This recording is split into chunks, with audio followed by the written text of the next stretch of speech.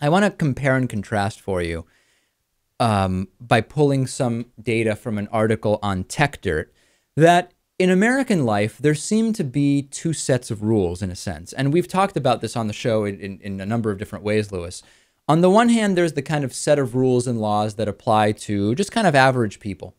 And then there's another set of laws which apply to our legislators, people who are, because of financial or other reasons, able to have advantages or resources that the kind of average person isn't able to have.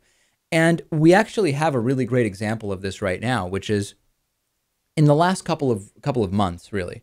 There have been a number of young people who, for sarcastic or otherwise relatively benign comments, have been arrested and jailed for a while. One example is Cameron D'Ambrosio. Okay, we talked about him, who, in the wake of the Boston Marathon bombing, he had some rap lyrics that were considered by authorities to be terroristic threats. He spent 2 months in jail without bail for what was described as a terroristic threat.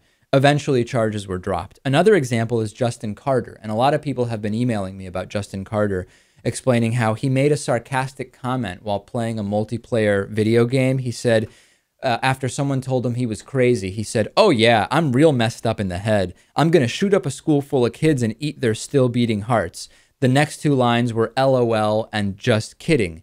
He was arrested March 27th. He is still in jail. Take those two cases and hold them in your mind for a second.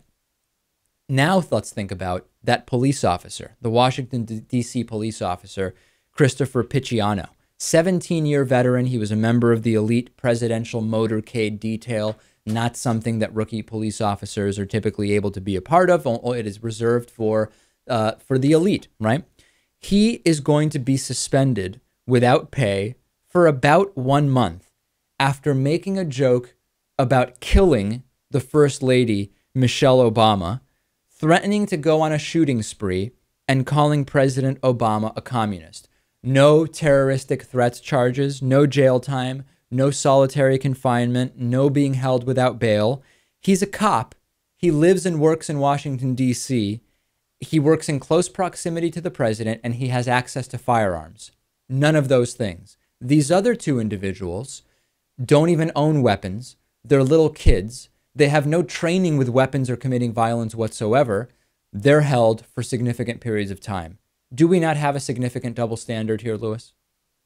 No doubt. I think it's pretty amazing that people just assume because you're a member of law enforcement that you're mentally sound and that you're somehow incapable of doing something that you joke about. We know that's not the case, and we've covered countless stories that are contrary to that. So I think clearly there's a double standard, and clearly there's a problem. You have to hold people accountable in the same way you hold regular citizens accountable. I mean, we're all equal, right? Also, have you noticed how many times now just crimes or threats are labeled as terrorist? And as we know, when something is labeled terrorist or potentially terrorist, you don't have the same legal protections as the accused that you would if you are not labeled terrorist. And that is, again, just part of the leeway the leeway, I guess, full stop, that is being provided to law enforcement and government officials that a lot of people have problems with. Send me your thoughts. Is there a double standard? Are there two legal systems? Are there two economic systems? Let us know.